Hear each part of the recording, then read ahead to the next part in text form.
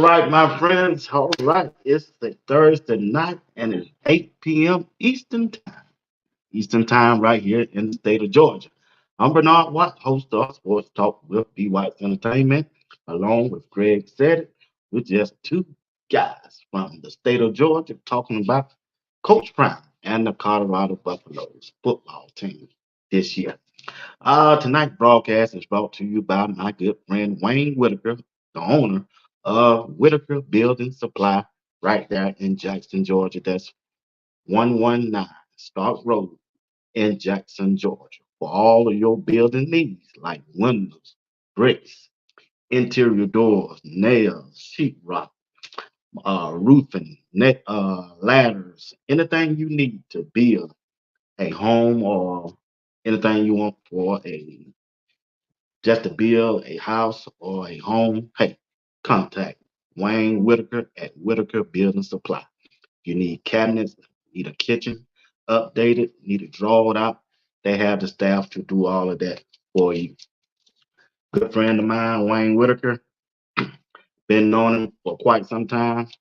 Matter of fact, coached him on my football team and my baseball team. And his parents turned the business over to him, and we remain friends. And I always when I hear Coach Prime talk about relationships, I always kept a relationship with Wayne Whitaker. So we appreciate him for coming back and sponsoring the show. Once again, if you need anything for a building, they also deliver. The number that you need to call is 770-775-2086. All right, all right. Now let me slide away and bring up my partner Greg Said It.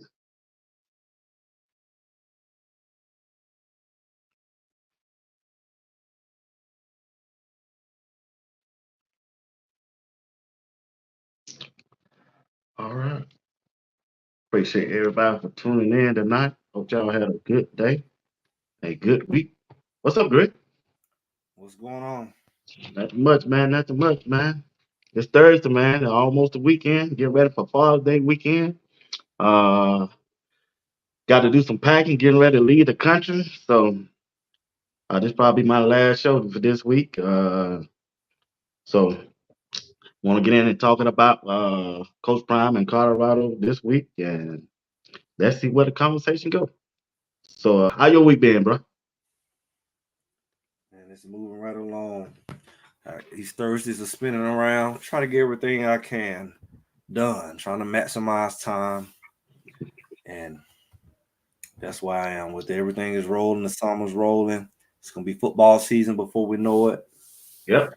I was talking about they can't wait. I said, I don't know why you can't. The way this year moving is already rush the season be gone too. What we I got know, there, bro. begin again. You know, let it take time. I'll tell you, man. It's June already, doc. Half of the year almost gone. You know what I'm saying? We started it, you started January. We've been talking about football since the off season, man. 6 months go that quick. You don't Yep. have to rush or nothing. They don't need your Yep. help. You're right. You're right. Like I said, I started talking about it in January, and now it's June, man. But anyway, uh, let's talk about. I've been thinking about some things this week.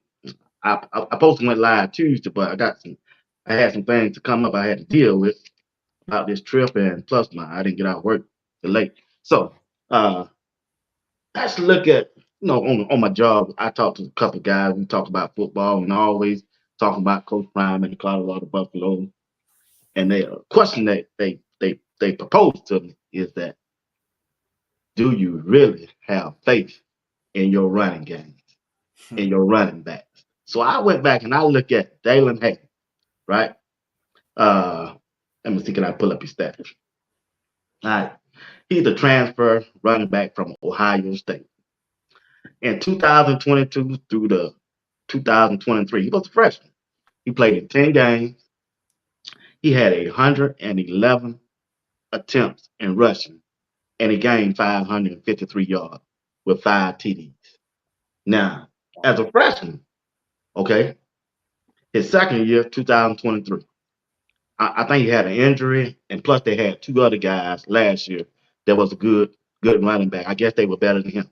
So he decided to hit the transfer portal, and he came to Colorado. Now, if you look at the past, especially when he was a freshman, that's what I'm looking at.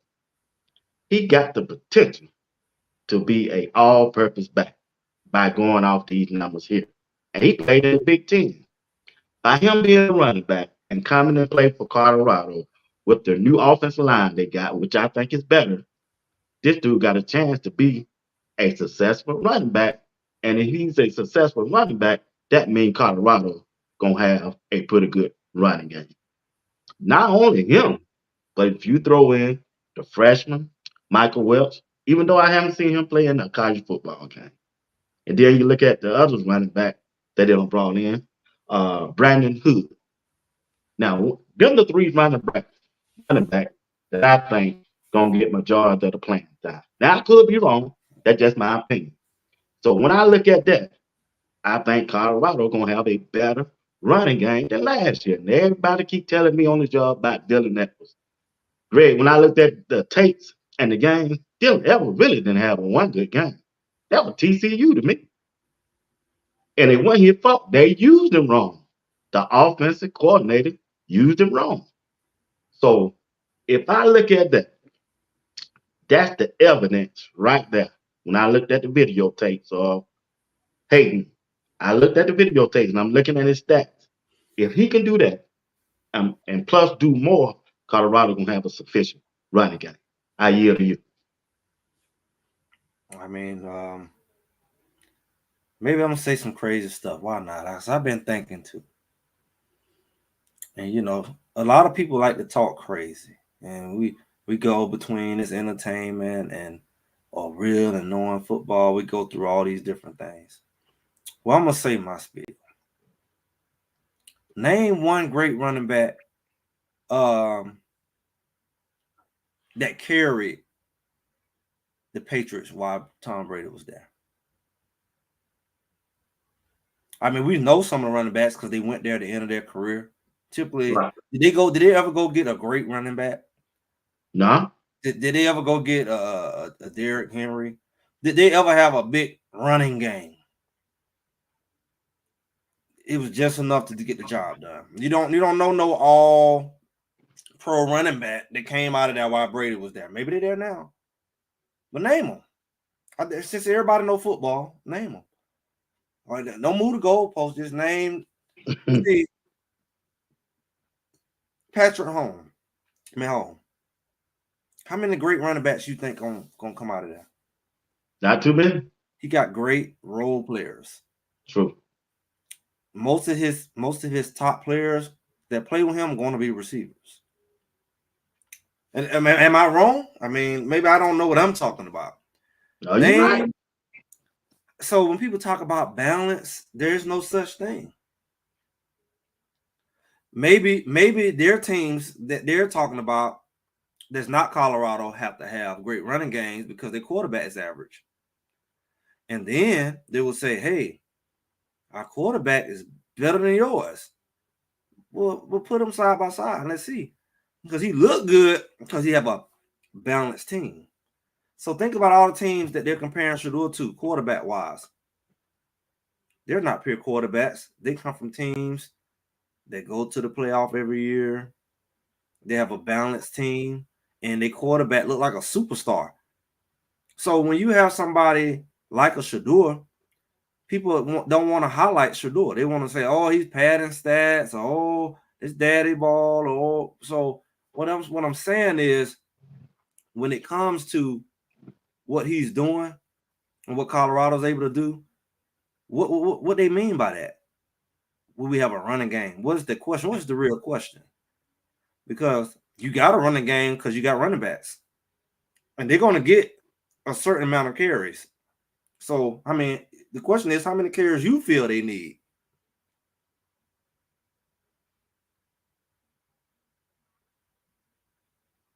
I'm just looking at that because I'm saying like people ask you stuff and it's rhetorical. A lot of people ask you stuff like they're trying to catch you in something. Like True. I'm the kind of person saying, what you really want? What you really asking me? Or what is that question? What are you really asking me? You trying to catch me in something? What are you really? We both know people who they talk and they're trying to catch you in something. What are you really trying to say? Will we have a running game? Or because you can't say we're not gonna run the ball at all because we ran it last year. Some, not as what some people thought, but everybody got their opinion. Some people feel like you should run the ball 100 times a game. Why would you do that with Shador? Go do that over that old boy at Georgia. Go do that with him. Because you don't want him throwing the ball 30 times a game. Yeah, I see a comment about Blunt. Yeah, was Blunt at the beginning, the middle, end of his career? I think he was at the end of his career. Everybody that the Patriots got was at the end. Even the receivers. He never went and got had they ever got a first round draft pick receiver. That was a star. They went and got Randy Moss at the end of his year. They had Branch at the end of his year. The Ocho, who's that went there? Not Ocho. Who was the other receiver that went there? Ocho. It was Ocho. Like it didn't work out. He said it didn't work out, boy. It didn't finish. Right, but they got him cheap. They got him old. You know, they ain't going to get no young because they don't need it. They don't need nobody coming in trying to be the star. They had one. The guy who's gonna throw them the ball and make them look great. Yeah. Check receiver, little midget.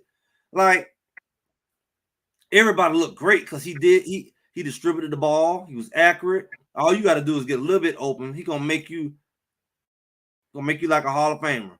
His running backs, they're gonna do great because they were too busy watching Tom Brady. You just got to play your role. What people don't get about that?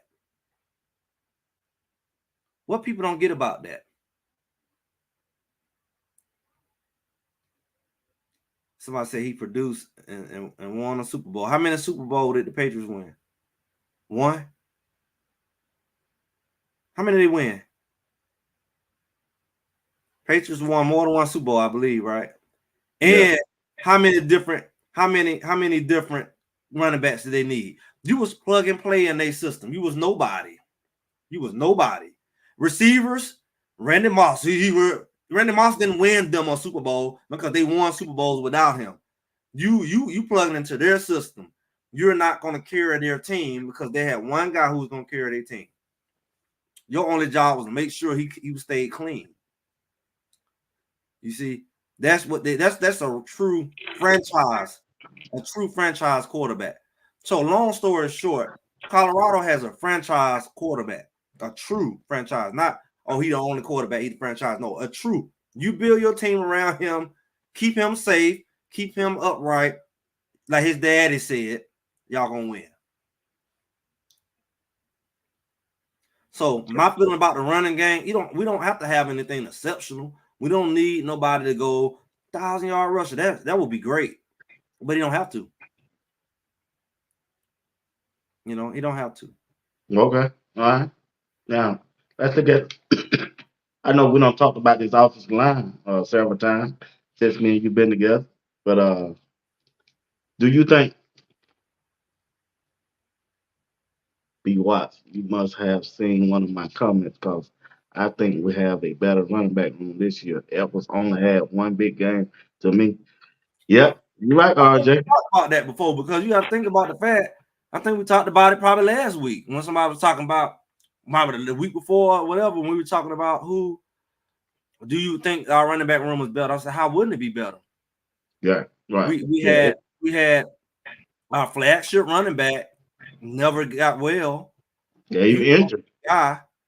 Dylan was too small. True. So you only can use him a certain way. He was too small. 150 pounds soaking wet. You know. Savion, they didn't really. If anybody didn't use right, it was Savion. Yeah. I think he should have got more opportunities. Whatever happened, I don't know. Exactly. Yeah, I don't know. A couple times had some stuff going on. Yeah, but I mean, might have been in grades. I don't know. I don't think it was grades. I know he was injured one or two times. As far as he was hurt. Right. During the middle of the season, like something. It's so secretive, But yeah. And then we had the other running back, Hankerson. Was it Hankerson? I already don't forgot his name. Yeah. He didn't really. Right. Yeah. But I think Savion is a lot quicker than people to realize. He make cuts He's explosive, and he's straight uphill, downhill runner. Yeah, downhill runner. Right. I think we were at a disadvantage. Out of the 4 running backs I just named, 2 of them was no good for us. One was hurt, and the other one was too small. True. So if we got more than 2 running backs, we are already in a better position.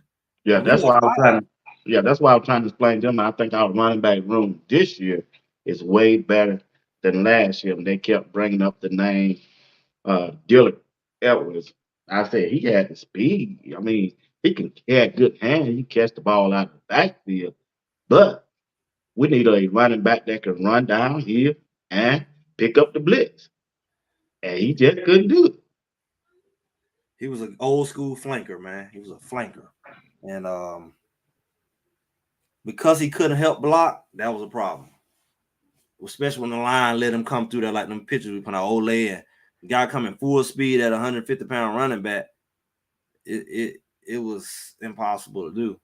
So I think that you have more options if somebody get injured, and you got diversity. Yeah. Diversity. Nelson said, do either of you believe that it was Rick George that pressed on having Kelly as the offensive coach?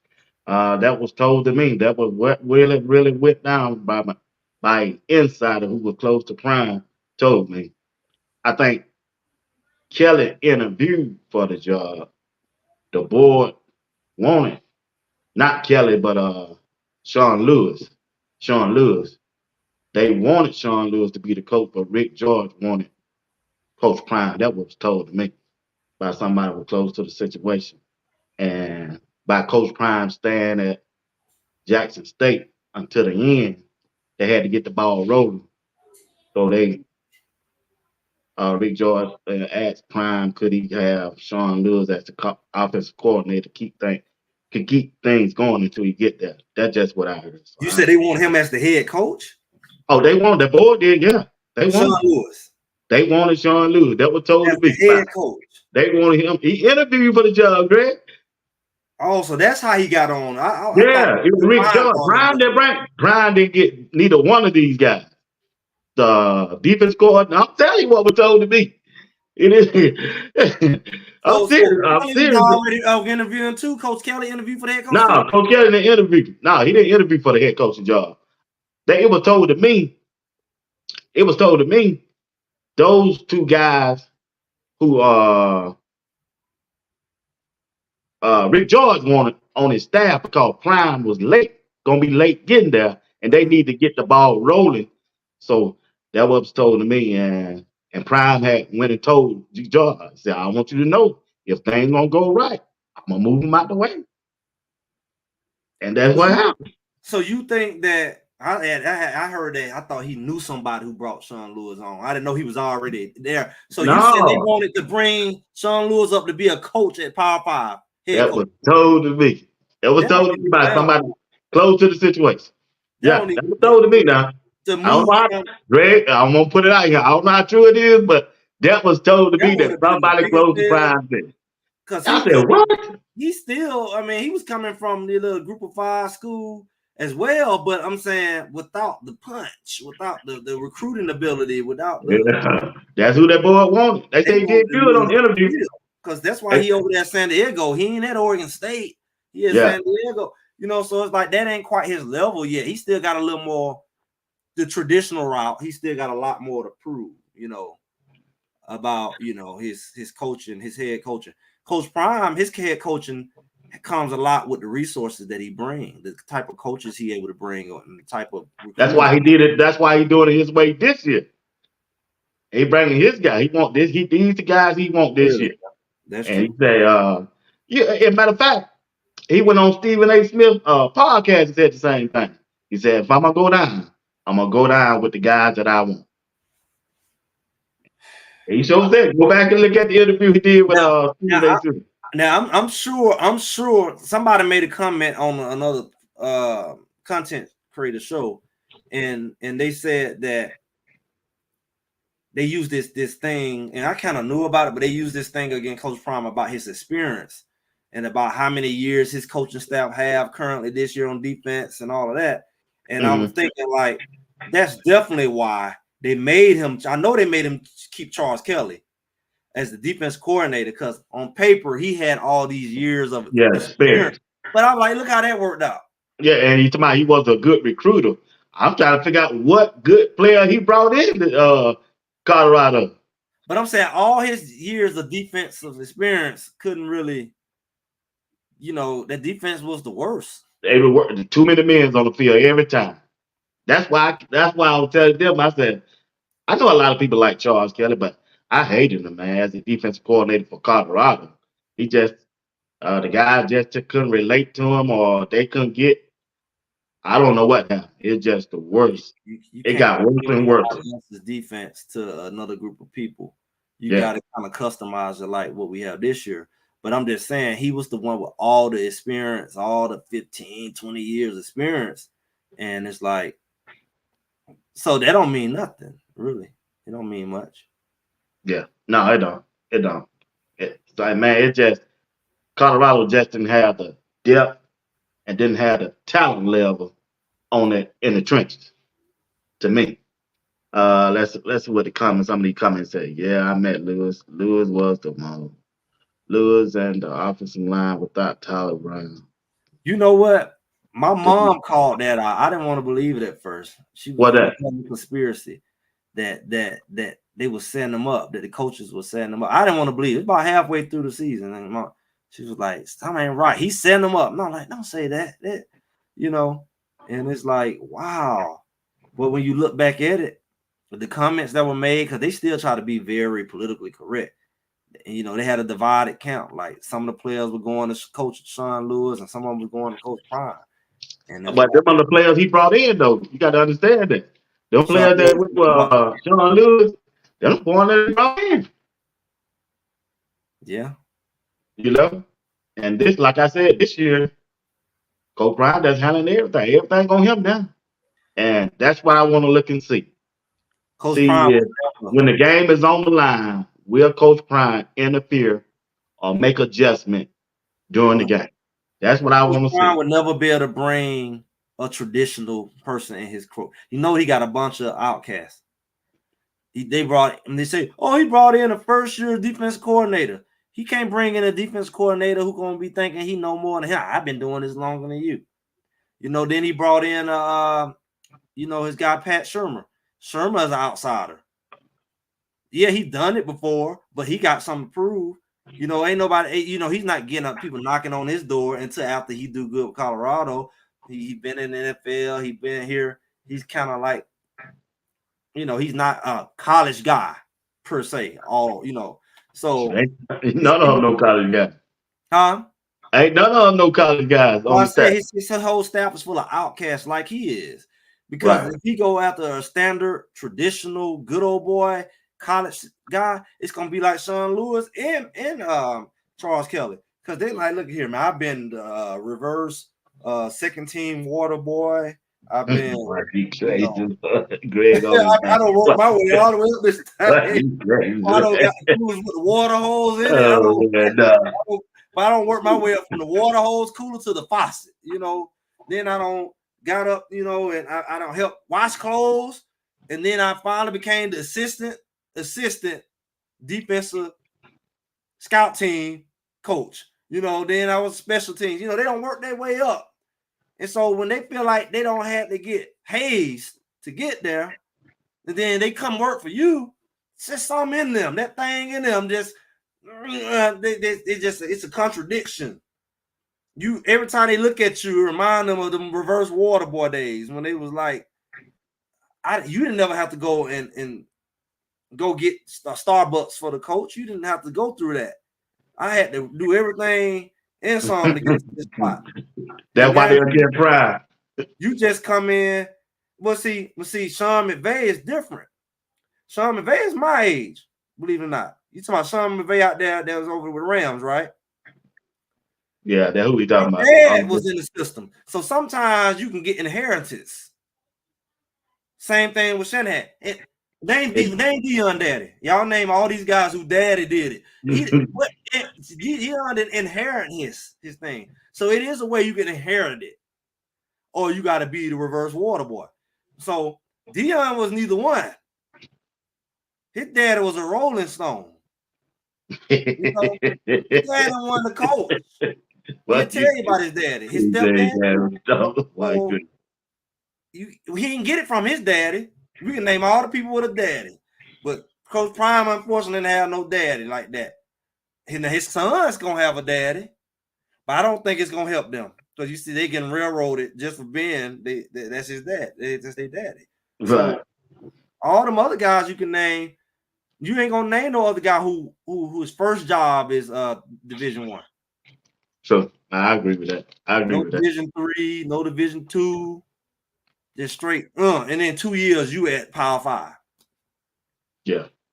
Hey, it is what it is, man. He there, so I'm intrigued to see how this second year gonna turn out for Coach Prime and his coaching staff and the players. You know, like I say, players make good coaches. You know, if the players go out and execute and do what they supposed to do, the coaching staff gonna look better. That's my thing on that. So when I look at the offensive line, also, I know we don't talk about it before. I'm looking at Khalil Benson, Tyler Johnson, Tyler Ryan, Justin Myers, and Jordan Seaton and the rest of the gang, man. I just think this offensive line just much better than it was last year, just to me, you know. It can't be no worse than it was last year. It just can't. Well, And then with the guys that been brought in, like Zach Owens and rest of the guys, they got the depth now. Well, as long as we don't catch no photos of they twerking on each other while they supposed to be blocking, we'll be all right. What's that? Like, if you twerking on your teammate instead of blocking, at least that's what the picture looked like. Yeah, I saw that. No picture, way, unless you're the quarterback, there's nobody should be behind you unless you're the quarterback behind the center. If you playing football and your teammate is behind you like that, like in the middle of the play. Well, you posted that picture. I said, I posted. man. I don't think I was the only one. I ain't think you was gonna post it, man. When I sent it to you, I said, Greg, look at this shit. Greg, 3 players. I seen it. No, 4 players. It was 4 players blocking 1. One was blocking 1, and the other 3. Yeah, it was at Uncle Luke party. Yeah, man. Get it? Don't stop. I'm like, the guy like this. Number 11. No wonder why he was tearing Shador up, because it's the guy who was blocking him was too busy on the backside of the other guy's side of him. I know, man. I know, bro. In the center looking like, why y'all over here? Yeah. The center looking like all tackle facing him. They facing him like they on the kickoff team. Like they on the kickoff. Yeah, that was crazy, Greg, when I saw that, man. But I seen it during the game. I thought I was delusional. You didn't see that play during the Greg. I know you did, bro. I seen the one on the other side. You seen that play there, Greg? The same game. They seen the other side of the line. So it wasn't just that side. With the tackle and the guard. It was one guy over there. One. And it was 2 of them. And both of them didn't block the guy. Wow. And they weren't twerking each other. They just looked at each other and watched them run by them. Straight to the quarterback. Man, when I saw that, man, I said, same game. This thing got to be prime. That's the game that they went out to lunch with Sean Lewis and said, okay, we finna set it off. We finna set it off, guys. Don't worry, I got all y'all jobs next year. Don't worry about it. Okay, just go out there and just make it look real. And they done like, okay, coach. And they was out there twerking and all that stuff. And they lost that man the job. The one that after that he lost the job? Yeah. Right after that. It was that UC US what game that was? Was it Oregon State? UCLA. Was that the first game that Pat Shermer called? I don't think so. It was the next game, right? It was next game. Yeah. It was after that UCLA game. That Coach Prime saw them same twerking pictures. He said, "What is this?" Okay, I said, "Y'all had lunch today. Y'all had lunch this week." I know they probably asking me about, but somebody don't take me and say, "But what picture?" I'm finna show them the picture what we were talking about.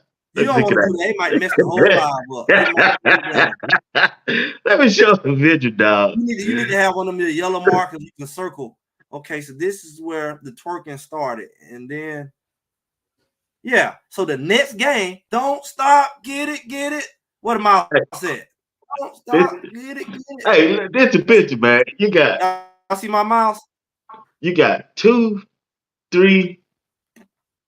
You got 4 Colorado players over there, and 53 on there by himself. And look what these 3 here doing. And look at the guy behind the man twerking. The other guy blocking his own teammate. He's blocking his own teammate. They're facing each other. Nobody facing nobody in the blue jersey. Nobody facing nobody in the blue jersey. You block the Brent blue said, jersey, "Wow." not the white jersey. The blue jersey. Oh, boy. Come on. I ain't never seen nothing like that, bro. They're like little rat or what the little giants out there. Yeah, Like, man. I said, what in whoa. the world were they doing, man? They was blocking each other. Wow. That's crazy, man. Everybody So, in the blue jersey was confused. They was like, no, we not seeing. Is he shut up? yeah. Oh, it's gonna let us go hit him. Go. Blue. I mean, Hey. you ready? Pull up the stats from that game. See how many sacks happened in that game. Can you pull up the stats? Oh, man. Them 2 twin brothers, they were killing I wonder man. why. I wonder why. I think you know now why. I just showed you why. Red said that was happening all season. Yeah, you're right, man. You're right. I know it happened all that game because I remember. I was like, did they not just block him? Did he just run full speed? And it's like, That's wild, man. That's wild. Like, you sure you just gonna let me go through that? Like, yeah, that's wild, man. That's wild. So when we look at so what you think about the offensive line, Greg? I know you don't talk I tell think me. they broke Shador back that game. I think that's when his back problem started. What do you think about the offensive line this year going into the season? Well, they won't be doing that. We got the depth. Yeah, and so this is what's gonna happen. I'm gonna show you what's gonna happen. All right, give me the play. Pull that up, and let's say you got Benson out there, and Johnson or somebody, Tyler Brown, Hank, and Jordan. The first week, let's say, okay, this is our starting line, everybody, and they can clap it up. They're gonna be like, okay, I'm glad y'all excited. We got our starting line. Flapjack, could you come up here, please? Flapjack, come on. Flapjack, could you stand right there? Okay, Kirkland, Big Kirk, could you stand right here? Okay, and then he's gonna go calling the names. Who else we have over here? You got Harmon. Harden, could you go right there? Just right there next to Flapjack. No, yeah, right there. Okay. Y'all see these guys in front of y'all? If y'all ever look like that picture that BWatts posted, if we ever see any more pictures like that, that guy in front of you is going to replace you. Y'all going to swap, okay? We're going to swap. Matter of fact, you're going to go behind him. You're going to be in the third team. All right? That's how the meeting's going to go from now on. If we ever see a picture again on the internet like what BWatts put out, on the third string. I don't care what mistakes you make, you better not look like that. I know if it was me, that's how my meetings would go. That was crazy, man. So how would it look like that? And well, I'm gonna let you know up front. If you ever, then it's gonna just take a whole bunch of snippets of shots like you had from last season. You see this picture? Hang it up like forensics. Hang it up. Okay, you see that? You see that one there where they block nobody? If I ever see anything on the film that look like that, you on the third team. That's how we starting the season off. Before the season even starts, I'm gonna let you know in advance. I don't care if you slip, somebody spit in your eye. Don't you ever look like that. And then we good. We good. We ain't got to worry about it. So anybody want to ask, he know how he gonna fix that line? By benching anybody who look like that. You look like any glimpse of what looked like last year. I'm gonna put you on the third special teams line. You're gonna be on the punt team line. You ain't even gonna be on the offensive line. You're gonna be on backup punt team. It's just that simple. I don't know how else we can put it. Can they be any better than last year? How would you not? You couldn't put them sorry guys on the bench. They were the last ones left. They were the last men standing. Everybody else was broke up and ineligible.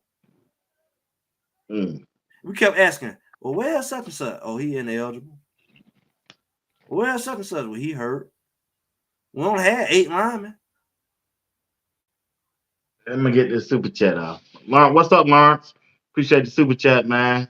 Salute, fellas. I always felt like Kelly really want a prime job. Prime guy, I mean. Just look how he react when things got tense versus the other coaches who start wide receivers. Yeah, he might have a point there. It was weird. They kept saying about unity and the players couldn't check each other. I think the coaches was kind of on edge. They really couldn't check each other. I think everybody was waiting for the season to get over with at a certain point. I've been there. When you dealing with folks, you're on mute. Okay, so you been there? Yeah, I mean, have you ever like coached with some people and you know very quickly because you don't coach long enough. Just like Coach Prime been coaching with the same people his whole life. He ain't really had to go outside of himself until he needed a bigger staff, right? Right. So now he's like, okay, I can't bring all my homeboys. And some of my homeboys went to Hawaii. Some of them went to other places. Some of them stayed. So I kind of have to fill in with some other guys. Then, like you said, you're in a situation at Colorado where they already got people in mind that you got to put on your staff. They sabotage their own self because somebody wants your job. They're not going to help you win. True. Like counterproductive. If I help you win, and it looked like it was right about picking you over me. So I kind of, have to, it depends on your character, right? Yeah, you're right, man. So when we get ready for what do you say, Sean Lewis was looking for a new after the Oregon game, and he got caught. That's why he lost his position. Rich, you right? Yeah, you right. You right. But that couldn't have been it. That couldn't have been it. You know why? Because Coach Prime knew going in that man had job offers. So it's not like he was worried about him getting job offers because he was already supposedly looking at Notre Dame and all that before the season even started. I think it was a known factor that he was a hot man. If he was smart, he would have performed better and made his ticket a little higher. If he had went on and really been a team player, and he would have got a better job. He wouldn't have been in no San Diego. He probably would have got some of these other jobs. But I think they just didn't mesh, and I think it was more like passive aggressive. When you're dealing with people you don't know, and he's kind of hostile, but you ain't quite crossing the line. But you crossing the line by your actions, but your words it ain't enough for me to just. Like, it was never enough for him to just put him off the staff. He just replaced him. But he let him stay on the staff. And then people say, well, why he do that? And we watched that offense. That offense, not the defense. The defense actually got better. They got better going at the end. Yeah, the end of the season. Got to the point where if they had been playing, and that was the tougher teams that we played on the back end. I know. That's why I got hope about this year. UCLA was hot. Everybody was hot on the back end. They weren't on decline. We was on decline. So defense was stopping people from scoring less than 30 points. If we had been doing that the whole season, we would have been 8-4. Because the offense in the beginning of the season was scoring 30, 40 points. All our defense had to do was keep everybody below 30. But we was in them shootouts.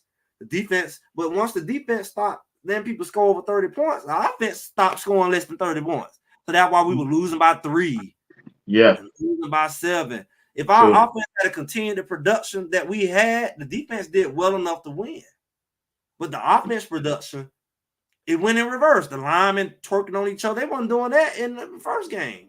Wide receivers running the wrong route. And to me, personally, when Travis went down, if you look at it real good, and I looked at it, when Travis went down, Jimmy Horn Jr. did not step up as a wide receiver like I thought he would. That's just my opinion, what I saw. Yeah, I'm not saying he's a bad wide receiver. He just didn't step up. He was injured. I get that. He had a groin injury. He just didn't step up and be the Guess who player.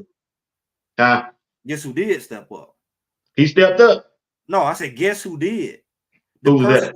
that? See, Travis Hunter. I mean, I know he played a little slot, but he played it outside as well. Omarion Miller stepped up. That was just one game though. Yeah, but I mean, that was the start of the decline of the offensive production. Remember, the line and all them sacks and stuff started kicking in at that point. Okay. I think the only other game we really scored a lot of points outside the beginning of the season was Stanford. Like Stanford, That was it. Before Stanford, we had already started declining. Arizona State did all right. It was already in decline by Arizona State. Stanford, we came out, boom. Everybody like, okay, we coming back. And then that fiasco happened. But I'm saying, like, I mean, that was, to me, that was an anomaly. We had already is in decline at that point. You know, yeah. I mean, sack started game one. Dev said sack started game one. Sack started game one. But the twerking didn't. No, but the twerking didn't know. And maybe you just get here. The twerking didn't start game one. The twerking is like the line went through dementia. About halfway through the season, they didn't know who to block. Guy running straight at them. They just let him run right past him. They ain't picking up no blocks. It was. It wasn't even no stunt. What was the stunt? You put the picture back up. Put the picture back up. Put the picture back up. Put the picture back up. Show me the confusion. Show me the confusion for the people just coming in the room. This wasn't even a stunt. It wasn't even a stunt. Boy, you crazy. Boy, you on this night. Somebody over there. It was one dude, and he was standing up. They weren't even putting their hand in the dirt. Show the picture, BWatts. Show me the picture. Where's the stunt? It's no stunt. It's two linemen in 5 hours. One ain't even blitzing. He was watching. I can't believe these fools talking on each other. What number 20 for you? What number 20 think I won? 20 looking at. I know these folks ain't twerking and blocking each other. It's crazy. Them head bubbles up there. Them bubbles in the head. I know they got. Look at the guy twerking on his. Oh my God. He ain't even looking at his teammate at number 11. He don't stop running everything. He can't believe his eyes. Look at 20. 20, I forgot he was in the game. I was like, oh my God, what is this? All 4 linemen. 2 linemen, 4 linemen, 5 linemen. Because it's 2 helmets right down 53. It's 2 helmets.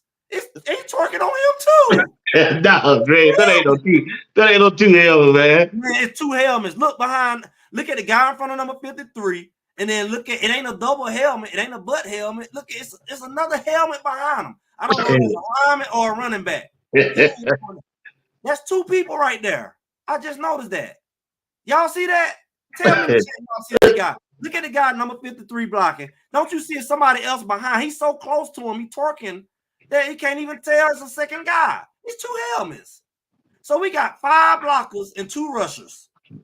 And one of them about to sack our quarterback because the guy, what is that, a tackle right here on the left? He is doggone twerking. The guy twerking on him, and 11 about to knock Shador back in. That's probably how he got it. Number 11 did hit in that game. You hitting the whole game. The whole game. 11 and 13. 11 and 13. Him and his brother. And this is why. We got 5 blockers, and only 1 person got blocked. Number 11 is not going to get blocked. Hey, either Grits, either that's a 2 lineman or somebody don't glitched and came out the matrix, and that's why they lost. We see in a portal where you know how you have a glitch in the matrix, and it looked like 2 people, but it's 1. Okay, I see 2 heads.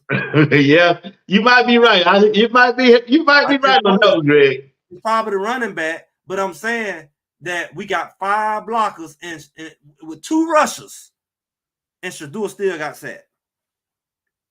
Wow, that's amazing. It's either he got sacked or he got hurt on that play. He should have been able to take him out. Oh, he got sacked. I believe he got sacked a lot of times. Feet massaged and everything before he had to throw that ball. They didn't have to blitz with 2 people or rush 2 people. No wonder you couldn't throw the ball. That's crazy, man. I'm glad y'all are here today with Greg said it and BWatts, so y'all can go tell the truth. We had 5 linemen blocking 1, and somebody still sacked the quarterback. Let's go show Sean Lewis that. And then they want to tell us, y'all line ain't better than last year. I guarantee you we won't have 5 linemen blocking 1 guy.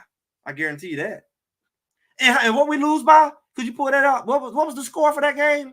So you saying we couldn't, if maybe, just maybe, if one of those extra guys had been blocking that game and we still lost by a touchdown. Yeah, I don't think we lost by that much now. So you saying we couldn't beat UCLA if we actually had a block? They could have beat a lot of teams that had a block. But we got empirical evidence there, right? We got empirical evidence. Let's see, UCLA. Can y'all, anybody know what was the score? They say 28-19. 28-19. My computer acting up. That's what they say, 28-19. That's what they say. I would love to see the score breakdown. You know how they break it down like per quarter? Don't look at it. Look how close the game was. Because you remember they scored at the end.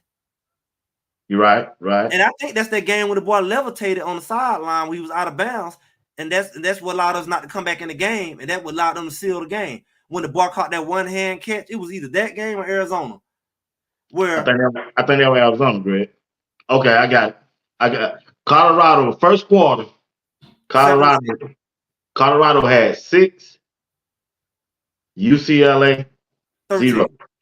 0. It was 6-0. Colorado scored first. First quarter, it was 6-0. Okay. Second quarter. Hold on. That's when Shiloh was taking their soul. He was knocking their heads off, and they had to get him out the game. Remember, because they couldn't move the ball every time they did catch it. They'll knock their head off. And they'll fumble it. So that's why UCLA wasn't scoring. They weren't moving the ball. They was getting their head knocked in. Go ahead. All right. Second quarter, Colorado didn't score, but UCLA scored, so it's 6-7 at halftime. All right. Third quarter, Colorado only got a field goal, so they made it 9. But UCLA scored a touchdown, so it was 9-14.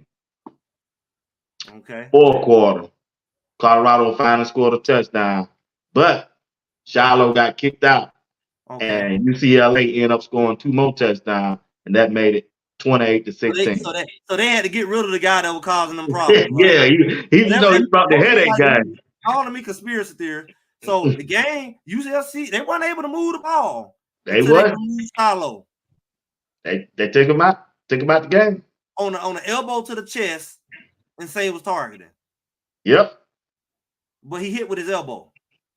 That's how it went.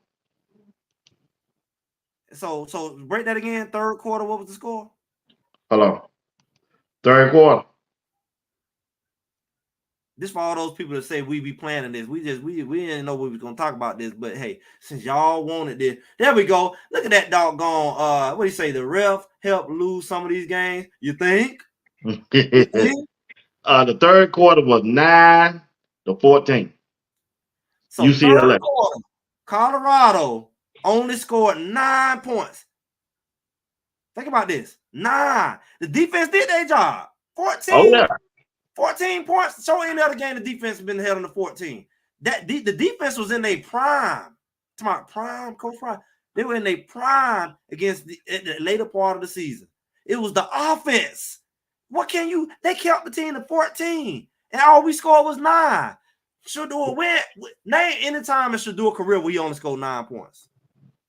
Like I said, I'm telling you now, like I keep saying, I tell them guys on my job, it wasn't that the defense at the end was doing their job. It was the wide receivers, man. They couldn't get open. It can't be the wide receivers when you got pictures of your linemen. I'm just saying, but they didn't step up, Greg. Even Coach Prime said he had to upgrade it. You don't think they up. Okay, Greg. Listen, Greg. Listen. I know what you're saying. I understand about the picture. I understand about that picture.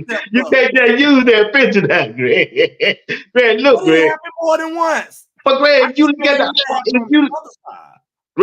look at that wide receiver group, when Travis went down, tell me what wide receiver stepped up, other than Omarion Miller in that. You can't use that game. But But that's the only game he showed up. Travis was at UCLA. Coach Brown went on video and said, I just wish he was consistent. Was Travis at UCLA? Huh? Was Travis back by UCLA? No, he wasn't back. Oh, so Stanford was the next week. I thought Stanford was before UCLA. He didn't come back, Greg. He didn't come back that game. Oh, so Travis came back the next week. Yeah. Okay. Well, what I'm saying is this. How many games Travis missed? 3, right? Right. I'm trying to look at them 3 games. I know he missed Oregon. I know he missed USC, and I know he missed Arizona State. So I thought he was back because I think they had Travis. Yeah, he played. He played. Travis played in that game. Yeah, he had 2 interceptions. Remember, he was doing the that's right. Yeah. Showed it. But okay, he didn't step. He didn't step up there on the team side. You know why we can't say he didn't step up? Because I guarantee you, we pulled the film. They were open. Their quarterback was just getting sacked. So since we here, I go with that. I go with that. How many sacks was that game? I bet it was at least 8. Come on, how many sacks? I want to see the stats. See, everybody say we don't talk football. I want to see the stats. This is real life football. We ain't talking fancy talk. We talking the stats. I bet you Shadua got sacked at least 8 times that game. It don't have no other explanation of why he only had 9 points in the third quarter. He got sacked 7 times.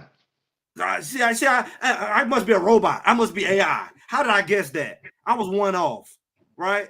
So yeah, how many times was he pressured? How many times was he pressured? Is it showing that? All right, hold on.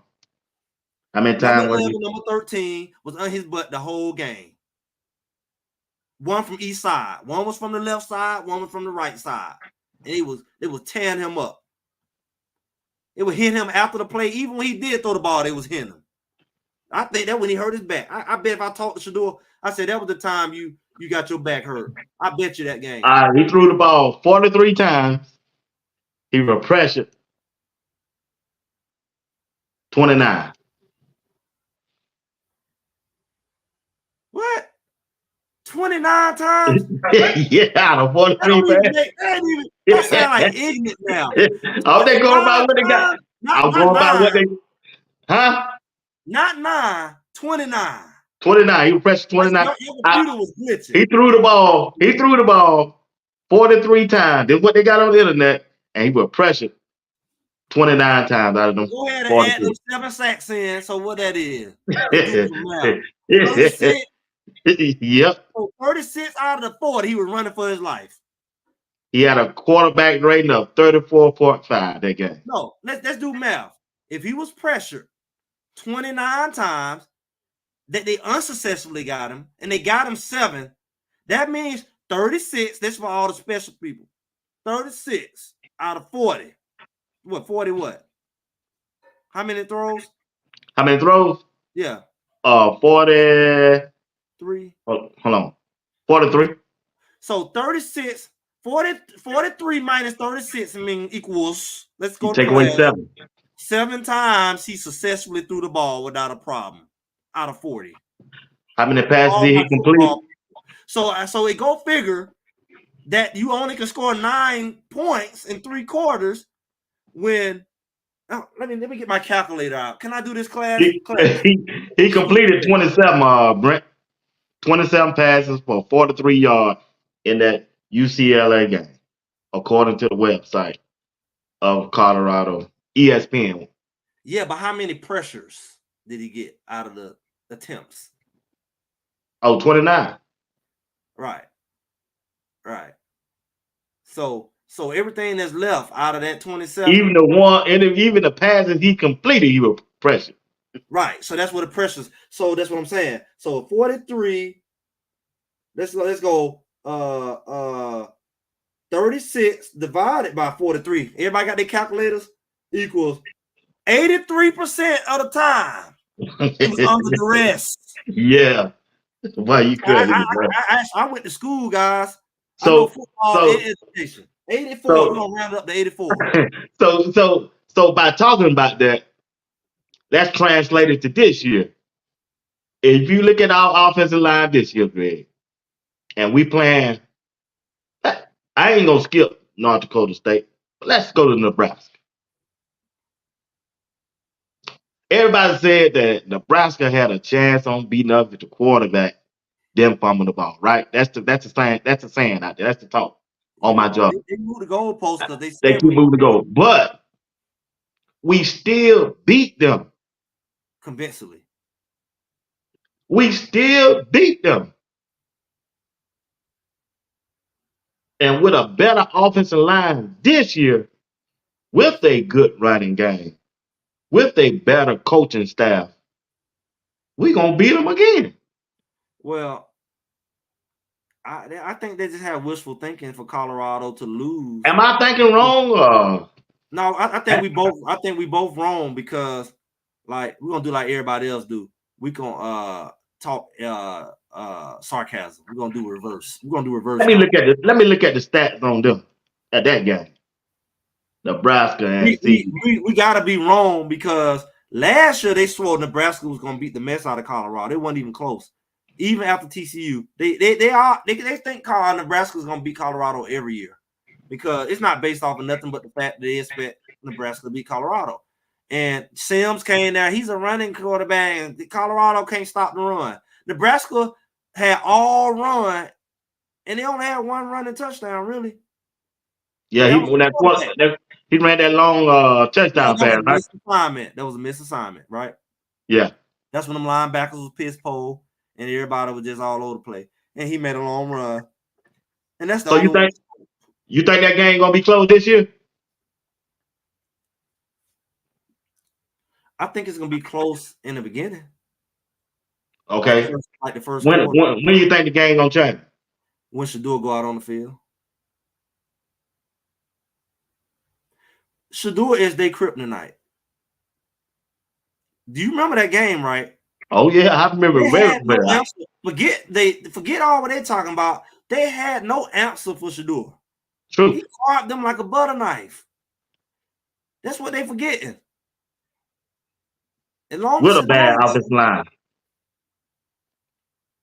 In that game, won a shootout. No, it wasn't.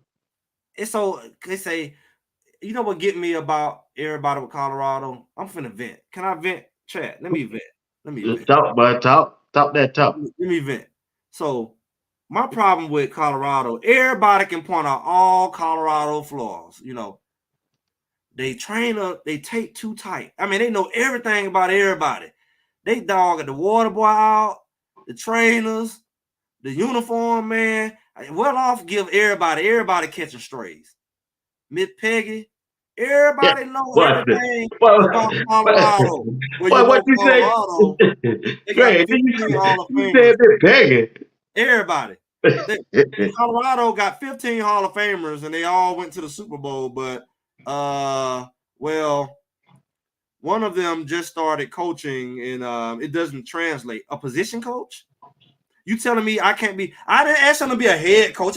What I need to learn about my position other than I play it. I'm a position coach. That's the easiest transfer ever to be a position coach. I'm not asking you to be a coordinator. There's no learning curve to teach you my technique that I use to get to the Hall of Fame. These clowns, Warren Sapp is a new coach. What's new about what he's teaching? There's nothing new about it. He's just a mentor. It's like everything Colorado's wrong. Where they got a new defense coordinator. He's never been one. But you don't hear nothing about the other team. They got a new coach. They got a new coordinator. Hey, North Dakota State got a whole new coaching staff. You don't hear nothing. But they say it's gonna be a close game. Yeah, right. North Dakota has been miss me with that one for the last decade. So you telling me these players and these coaches were there the whole last decade? Like, why are you telling me what they did? It's a whole new group of people. How do they automatically transfer over? They got new coaching philosophy, new players. How do you get to tell me that I automatically got to believe that they get to live off the credibility of a team that existed a decade ago? That's what they're doing. That's almost like, I guess that's why they expect Colorado to lose, because no matter what Colorado doing now, we got to live off the credibility. Because they haven't done it before. 2018 Colorado. No matter who we got now, Colorado was sorry in 2018. That's the dumbest mess. When people say they know football, that's the dumbest thing I ever heard. How's that logical? Like, I get what you're trying to say, but it sounds like it's past now knowledge, like you're repeating something you heard. Because there's nothing logical about the fact that if Greg Said It has this show here, and then this Greg Said It part 2, that show gonna be did the same way that I did it, just because it's called Greg Said It, and my son take over the show. He's not me. True. He's gonna do it different. It's gonna be a remix. So how does football, like I said, unless y'all dealing with clones and robots, how do you get to tell me what a team did 5-10 years ago is even relevant to today? Now, I'm glad you watched the History Channel, but this 2024, we're not talking about the good old days when Witz was there or somebody. Like, this is a new team. All right, first quarter, Nebraska and Colorado. We already know it's 0-0. Second quarter, Nebraska and Colorado. Nebraska had 0 again. They shut them out before first half, and Colorado had 13 with a bad offensive line. All right, third quarter, Nebraska had 7. Colorado scored 10 more points. It was 23-7 in the third quarter. Fourth quarter, 30-7. It was 36-14 end of the game. But 14 came in garbage time. Remember when the fool hiked the ball? Oh, I already know that. Yeah. In the last minute of the game. So the game would have been 33-7. And I'm trying to figure out. They fumbled the ball in the red zone, trying to be cute instead of running the ball or whatever they say. If we had just ran the clock out, Colorado would have left out of there with a 33-7. Yeah, ran the ball out. But the boy fumbled the ball in the red zone. True. And that's how they got their last touchdown with less than a minute left in the game. I watched the game. I remember stuff, just because we don't want to live in the past, because some people want to live in the past and we got to help them out how to get out of the past. But what I'm saying is Colorado blew through Nebraska, and everybody swore Nebraska was going to beat them last year. And they tell us to learn from what happened last year. Why they can't learn from what happened last year? Right. Because it's the same narrative. Colorado has a new coach. Well, their coach is new. Their coach is just new. Well, he has more experience. Okay. And a head coach? That's not true. Well, he got more coaching experience. He's Matt Rule. But the point was that you use against Colorado, this a new, you have to build a program. So why they don't apply to Nebraska? Why you say Colorado need another couple years to build a program, but this dude don't? He got that the same year Coach Prime did. They got a freshman quarterback and a new coach. Why does that work? Why does that work in their favor? How does having a true freshman quarterback against a veteran, our defensive line, contrary to popular belief, all our defensive linemen played last year. Oh, yeah. If we put our starters out there, let's say Chidozie starts. He's a starter from where he come from in the Big Ten. Let's say that you put Matt Neal, he played last year. Let's say you bring both our guys from Pitt and Edge. They played last year. Like, we're not putting experienced guys out there. BJ Green, whoever you want to put on that end, they're going to be somebody who was productive last year. And you're going to put them up against somebody come out of high school? And I also remember something. See, these people run their mouth. They give y'all the talking points. Don't you remember last year when they said Colorado offensive line was young? I remember something about them, the talking points they throw around before the game. They said that Colorado line is young. So that means they're just a year more. So they don't have a veteran line. They keep talking about everybody came back. But I remember them saying they had a young line last year. Maybe I'm wrong. So their line is not the most veteran line. So go up against BJ Green, Ricky, if you want to. Ricky going to get a cookie. Go Ricky up against Chidozie. He's not a rookie. Anybody remember that? Anybody remember last year? It was like, Colorado line is small, and then the negative for Nebraska was their line was young. I think they had freshmen on their line. They had a young line. Maybe I'm wrong, but I think I'm right. Yeah, I believe you're right on that. Somebody in the chat can help us out with that. So everybody got negatives. But when we hear Colorado, we only hear about all their negatives. Well, you know, they got a new defensive coordinator again and a new offensive coordinator. So you want us to keep the last one that you dogged out? You want us to keep the last defense coordinator when you keep throwing? There was 124th in the country. So you want us to keep him for your talking point's sake? You want us to? We had no choice but to get a new one. But then you hold it against us that we got a new one. Sean Lewis gone. We bring in Schumer. Oh, y'all got a new coordinator. Y'all don't want to talk about the fact that he's been in NFL and college level and is a successful coordinator. You want to make like he's brand new, like he's never done it before. That's what we're dealing with. That's what when I talk to people, that's the angle I'm coming from. They can talk about all the other stuff, but I'm like, it's hypocrisy at best for you to point out all the flaws Colorado got to beat them down, and then you mention none of the flaws of the other team. Yeah, you have to look at both sides of it now. Yeah. You got to look at both sides. And that's what I do. I look at both sides and they tell me why.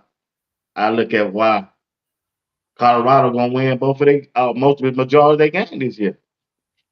Coach Ryan brought us a player got playing experience. They might not be playing together. And that's the thing they want to use against me at work. You know what? They don't have that camaraderie together. They ain't been playing long together. But I'm tired of that mess too. Because I heard some of the same people say in the NFL, you can go from 3-9 and 9-3 in 1 year. And we know the NFL flips rosters. They don't have to build no camaraderie. These guys is one step away from the NFL.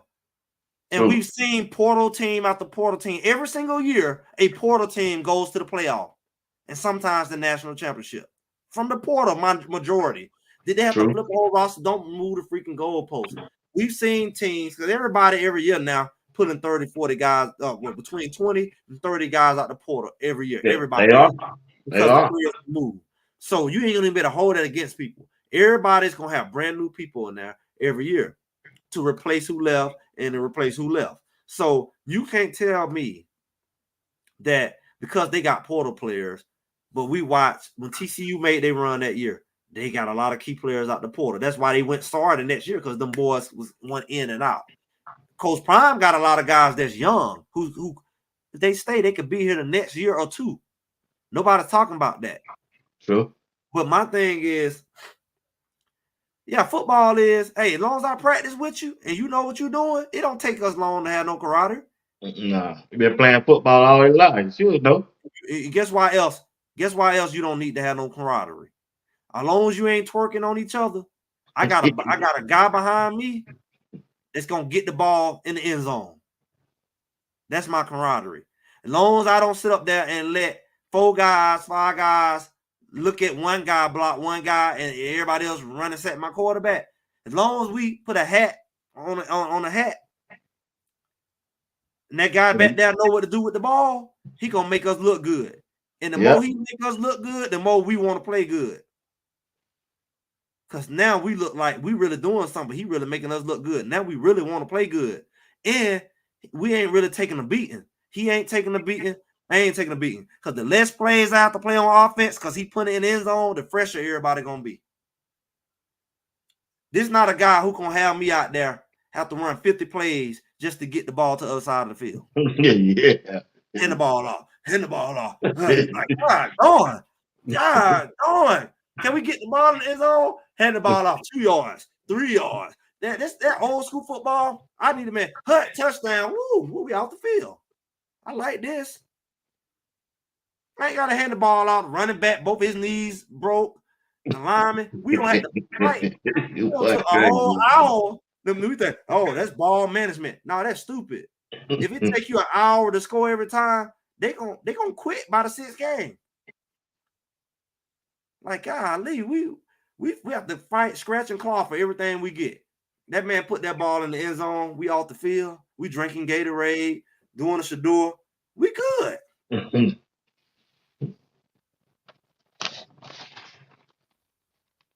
That's true. 8 months. But our new guys got there. They got 2-3 months. They can get a sleeping bag and stay in each other's apartment if they need to do kumbaya, get a campfire, go up in the mountains. If they need to hang out, they got time to go hang out. It don't take that long.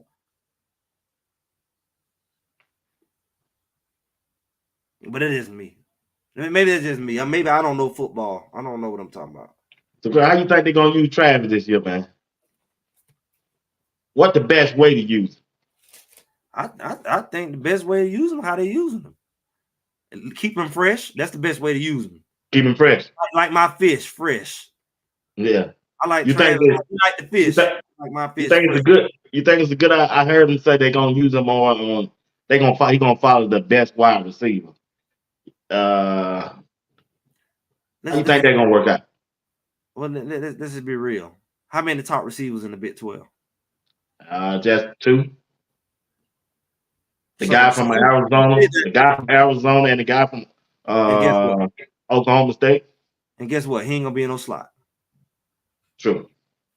Big boy gonna be out there on the outside. McMillan gonna be on the outside. Yeah, Matt Millen. So and he did pretty good against Matt Millen last time. He did. The only game that really got him was Stanford, because he was dog tired. I mean, the guy just came off 3 games, lost weight. That was a big old boy he went against too. Yeah, but he was dog tired. I mean, that was his first game back. Yeah. And when they in Boulder, he don't took 3 weeks off. He come back, game speed. He wasn't the same Travis. So he was tired. You can see how he was walking around. They had him playing both sides of the ball. But Arizona, he did pretty good. So you just be smart and say, I ain't got to use him as much on offense. Defense gonna keep him off the field. He ain't gonna be out there all day playing scratch and sniff, because it's gonna be sack, punt. So he should have a little less mileage on him. Out of the 12 games, if this defense hold each opponent each team at an average of 20 points per game, Colorado should win how many games? I already gave you my floor, so it is what it is. They shouldn't lose no more than 2 games. And the only way you losing 2 is if you get a lot of help. Y'all don't went stupid, and the referees went stupid with you. That's why I can only give you 2. If you go somewhere and the referees do some silly crap and you ain't focused, then I can see you losing by a field goal or something, like they did last year with their sorry team, right? They were losing by field goals and touchdowns. At the end of the game, you just showed stats for the people that see stats. So I'm saying at the end of the day, they shouldn't lose no more than 2, like I said. And that's just being modest. But if that defense do what they do, they can make a run. And everybody they don't get that, I guess, because they so busy locked in the negative. But that offense they got is twice as better as last year. Oh yeah, to me it is true, Jay. It ain't no doubt, because we only had Weaver and Horn and Travis when we got there. Jada Antonio never lived up to anything. Mario Miller, he never really fully flourished. Now we got Shepard, Wester, so that matches what we had last year. Then you got Jim Horn, you are already ahead. Then you add in Baby T.O., Timmons, Traylon Miller, still ain't said Travis, still got Matt, you still got Mario Miller. You got too many weapons. So somebody asked me which 2 games. I mean, see, everybody want to play the robot game. It ain't AI. The 2 games that can catch them is the 2 games that catch them. And the reason why I say that is because, when you talk about, I think a game late in the season when they going back to back to back, any of them games can catch them. It can catch them depending on what the other team doing. Oklahoma State, it got the experience. They could catch them. Kansas, these are more experienced. They can catch them, but it's only gonna catch them if they battle broken. That's why I'm saying the team management is gonna be critical. Injuries, wear and tear on the body. Yeah. The only way you're gonna catch this well-oiled machine is if this machine slow down. So if they slow down, teams can sneak up on them. If they tired and weary, and the Oh, they referee, got they got too much depth for that this year. if you don't manage them, because think about people saying stuff like, we need to do all these different things in the beginning of the season to win. I agree with some people. If we get ahead on people, we need to just run them in the ground. Like, even if we can score a lot of points, at some point we need to just run them in the ground, just to take the mileage off the quarterback. Oh yeah, I'm sure they get ahead like they did last year. Like scout team and let them run them in the ground. You know, put the young running back in there. Let them use their red shirt or whatever and run them in the ground. Like, yeah, we can keep scoring, but we're gonna go ahead and put Mathis in there and let them run them in the ground. Like, at some point, we need to think about preservation. I'm sure that should be the game plan. They get ahead, go ahead and run that clock on out. I'm that not clock even be, I'm not just talking about the clock. I'm talking about physical preservation. True. That's running the ball. No, yeah. I'm talking about like Mathis, Baby T.O., like those people who not starters. I expect to see them at some point, like getting in there and getting a lot of reps, especially when we get ahead on teams. Not because we're just trying to run the clock out, but you want to keep throwing the ball? If you do, I want them to be the one catching it. They got to run that ball this year, bro. No, but I'm saying you don't just better run it. You have to throw some catching in there a little bit to be balanced. But I want them guys to be Timmons, Baby T.O. I want Will Shepherd out the game. I want Wester out the game. I want Jimmy out the game. Travis out the game. Because we gonna run the score up. I want that kind of management. Yeah, that's clock management, but I want them boys in there. They ain't no drop off, but I want them to be getting the reps at that point. Because I want the wear and tear. It's like you got your tires, you got to rotate them. I want them tires rotated. Don't run the tires out in the front, the tires and the back all new. Rotate them up. Keep them things balanced and rotated because I want to get the most out of my tires. I don't want to run them down, then put them in the back. Now I got 2 sets of ball tires. I want them things rotated, and get an even wear on my tire. I want even wear on my receiver unit. I don't want to just put you in when it's garbage time. I don't just want to put you in when we want to run the clock out. I want that thing to cook like you got it in a what you call them, the pressure cookers, not my slow roast. I want that thing to slow roast. Yeah, I think I'm gonna have a good season, Greg. Like I said, I got them going. I got them going 10-2, man. You ain't careful, they'll run their tape on y'all. I'm serious. They will. Because when I look at the other team, even though I know they don't got better, they don't match up with Colorado team. They just don't. Tell them why. They say that's fan talk, man. There ain't no fan talk. I'm looking at film. I'm looking at the way these guys done played at Colorado before they got to Colorado. Bro, I don't see no team in the Big 12. I just don't. I don't see it. They gonna run over Kansas State. I thought Kansas State ain't got nothing. Nothing. Only 2 teams I see them might get them is at the end of the season, at the back end. If Colorado ain't healthy or that Oklahoma State with that running back they got, and you know why that's not good for the other team. They want us to be balanced. You're not just gonna beat Colorado with a running game. I'm sorry, because they gonna have them big boys in the middle and our linebackers. You just ain't gonna beat us with the run. You're gonna have to be able to throw the ball, because our quarterback gonna go out there and bloop, and you take 5 minutes to score and he go out there and bloop. Eventually, I'm gonna force you to throw the ball because it's taking you too long to score. So our offense is gonna put pressure on a lot of people. You're gonna make your quarterback be a quarterback. You just ain't gonna go out there and keep handing the ball off like we some kind of chumps. Cause guess what we can do? We can go what's his name? Tafiq. Big Tafiq from Louisville. You been watching him? From Louisville? You see how he playing in the middle? Oh yeah, he come for a star job. I'm just saying, how you just gonna run the ball on that? I'm saying we can put Shadoze, Barnes, Tafiq, Wiggins. Like, who they think we are? Who y'all think we are? Like, you gonna run the ball on these dudes? You see how big and strong these dudes are? You just gonna run over them? Like, who do y'all think we are? We got SCS. We got what is it? SCS? We got SEC quality defensive linemen.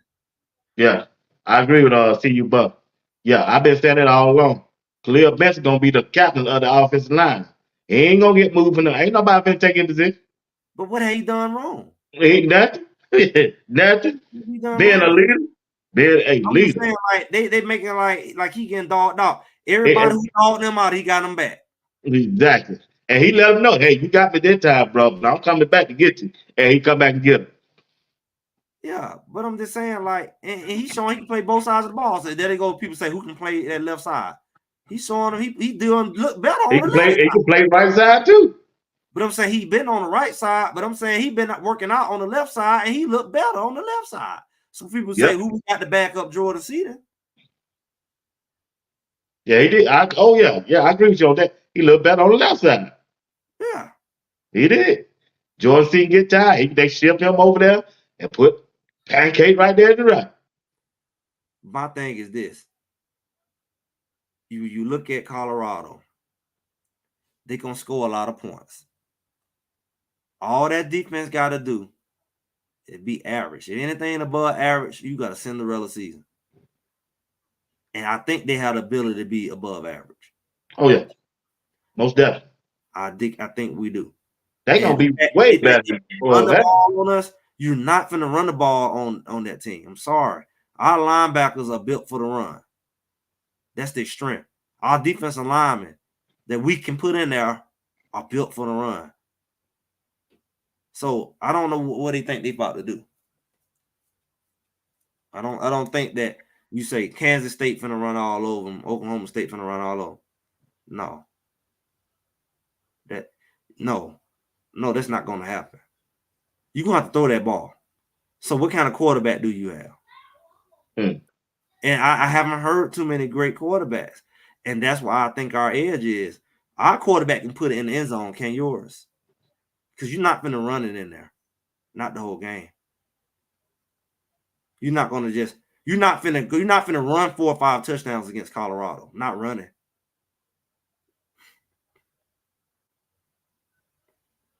That means they're gonna be fresh. Yeah. And we ain't not mentioned Arden Walker, McCoy, Right. you know, some of these other guys in coming off the end. And people keep overlooking Carter. Yeah, Terran Carter. yeah. But that's our middle. That's our That's middle. what I'm saying. They And gonna then have we went and got Big Buell, right? Yep. So our middle is tough. So for you to say you're gonna be running off tackle, you're gonna have a hard time. All these guys push they push the linemen back in the backfield. All our Yep. line. So how you gonna run the ball if they putting you in the backfield? Quincy Wiggins, he a big old boy too. That's what I'm saying. I'm like, how y'all think y'all finna beat us running the ball? Primarily, y'all gonna have to throw the ball. Make sure y'all recording this. Greg said it. For all these people who think they're finna run the ball against Colorado and beat them, Nebraska included, they finna have because while you trying to figure out how you gonna run the ball on us, you're gonna be 14, 21 points behind. And you still gonna be, I know we can run this ball if we just turn it this way. You're gonna keep trying to put the circle in a square hole. And it just don't fit. Meanwhile, you getting further behind. Linebackers. I like any combination of chainsaw. I just want to see Hill Hill Green and Chainsaw. I like the Green, other guy too. and Hill Green gonna start.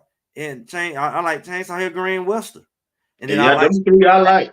That's the rotation I want right there. I like special packages with Bentley coming in. He's a good blitzer third down or whatever like that. You know, he ain't gotta cover nobody. You know, that's what I want. I just want him to just run in like he like to do with his head down and run into a hole. Don't have to read. Just hey, go get him. Go get him, boy. Go get him. So you gonna do what with his head down? Hey, what's up? That's what I want. Oh boy. You gotta play the people's strength. Yeah, that's the key. Oh, That's yeah, the I key of said, winning. You got to know your personnel to do that, though. To play up go their get him strength. Bentley. Call him, go get him Bentley. 3rd and long, go get him Bentley. Is Eric Brantley Jr. still out over there? Out Yeah, there? he left. He left. I think he was the one that left. Okay. Yeah, I think It's he was. somebody I'm missing though. Shane Coates. I seen him. All I know, we still got Arden Walker because he broke his hand. I still know we got McCoy. These guys are coming back. That's the one. McCoy. Number 4, he's still coming off the Okay. end That's the one. strong. McCoy. That's He's what I'm still looking forgetting. good. And then we got, like you said, we got Carter in the middle. We got Wiggins in the middle. We got now we don't add it to Tariq or whatever in the middle. Buell in the Tyreek middle. Thomas. Then we got Shadows in the middle. Barnes in the middle. We That's still got it. Hey, this the guy right here. Swain. That's Yeah, the guy. Swain is still here. That's the Young one. freshman. He's still there. Yeah. Okay. He's still there. He's freshman. This is still his freshman year, even though he came early. Appreciate to see you, Buff. Dynasty. Appreciate that. That's the guy I'm looking for. Yeah, Swain is still here. Big boy. Big Swain from up there, Detroit. Yeah. We still got and of course Still got that Keaton Wade. Is Keaton Wade gonna be a linebacker or a defensive end? He edge. I He mean, gonna be linebacker, but he come out the edge. Yeah, linebacker, okay. but he come out the edge. He can drop in the coverage, stuff like that. But him, and of course, we still got Matt Neal. We got so much depth on that line of guys who can get to the quarterback, but we also got some guys who just hole cloggers. So however you want to do this, we can do it today. We can do it today. We can do it today. See how Keaton Wade is playing similar to what Jeremiah Brown. They both outside linebackers, but they both can line up as an edge. So think about those packages. Think about those packages where you got a linebacker in there, but he really ain't a linebacker. We talk about those positionless defenses where everybody kind of standing up. Yeah, I remember you talking about that. They kind of can drop into coverage type of thing. Right. But they also can be a legit rusher. Man, quarterback, you think about this. Let's just think about this. Think about what I just said and think about matchup issues. You're not a true quarterback. You're a run team. And we put you in a position where you have to throw the ball because you're behind 21. And we know you got to throw the ball because you don't waste all the clock running the ball trying to fit that little circle in that little square. And we load the box on because we know you got to throw it. But you're not even a true quarterback. You're not the Shador. You used to handing the ball off 70% of the time. What kind of game that's about to be? Gonna get ugly. We're going to load the box up because we know we dare you to hand it off and we dare you to throw it because that ain't really your game. But you got to throw it because the game don't got behind. It's 21-0 second quarter. You going to keep running the ball? Go ahead. Go ahead. And we're going to run it too. And you're going to run it. And you're going to look up and you're going to see the band packing up. You're like, dang, what's going on? Band, they going to the restroom? No, they pack. They put the tools up in case. You're like, God, no, the whole band session, they ain't even have time yet. Yeah, they packing up because they already see what's about to happen because they know all you do is hand the ball off. And so we just going to do the same thing, hand the ball off. And you're going to realize, it's third quarter, we got to start throwing the ball. And we're going to load that box up at you. And we're going to pin them ears back. We're going to put some grease on the ear. And it's going to be a problem for you. It's going to be a feast. Because your team not built for that. Your receivers ain't really built to get open like that. They decoys. That's what we're looking at. That's the ideal what the season going to look like. If Shador get out there, he going to jump up on you. All the defense got to do is stop you from going tit for tat. We score, you score. We score, you score. If we score, defense will stop you. We score, defense stop you. We score 21-0. Oh, shucks. We just can't hand the ball off. Yeah, they got The defense got to get off the field. Got to get them off the field, man. Well, think about that. They got to We be gonna consistent score. doing that. We gonna score, and we gonna score fast. We gonna score 3-minute drive, touchdown. They gonna go doing it. They gonna take 8 minutes off the clock, and then they gonna try to kick a field goal or something, and then we gonna get the ball, touchdown. Then you know it's 14-3, and you can be like, oh shucks, this is not what we planned. That ain't a good matchup. See, the Pac-12 was a good matchup for Shedeur because half of the other quarterbacks can score like him. Cam Ward can score. Yeah. Bo Nix can score. That's the only way you're gonna beat Shedeur. They showed you how you beat Shedeur. Either his line got to twerk, or you're gonna have to outscore him. And with your QB, you're gonna have to outscore him. That's the only two ways they lost. Tell me I'm lying. Tell me I'm a fan. Tell me. The only other games that they lost was twerking. They would lose my 3 points here, 7 points there. And you look at the doggone video BWatts put up there, they twerking. What's Shedeur? Shedeur was running for his life 83% of the game. Yeah, he was doing that. So, Greg, when you look at that UCF game, have you been studying the players on that? Or you ain't paying no attention to them yet? I ain't studying none of this far out. See, mama, we get more into this thing week by week, just like everybody. Once the season started and we get some film, we better see other games, and we're better, we're gonna have a good time. You can really gonna enjoy the fall when we actually you're gonna talk football and we can say you saw this and you saw that and you saw that. We have something to talk about right now. Only person I'm willing to speculate about is Colorado because I actually got film on them because you watch well off. Well, at least we got that. What you got? We don't know what other teams look like until we see them. Yeah, Nebraska got their own thing out there. I seen them what they put out there about a week ago. They ain't nothing like That's Colorado. Yeah, that's the edited practice film. Like, and how consistent is it? Like we got well off footage every day showing them in the weight room, how they eating. Yeah. We showing their camaraderie. We getting to see the personalities. We getting to see one-on-one drills. We getting a whole look at the team. We not getting no bootleg edited version of some practice film once a week, every other week. We are more engaged with the potential of our team. Right. We have a better perspective of what they're good at and what they're not, even though we don't see everything. So I'm able to make a more educated guess based off of that than some, I don't know. Okay. But what do you got here? Big 12 quarterback ranking.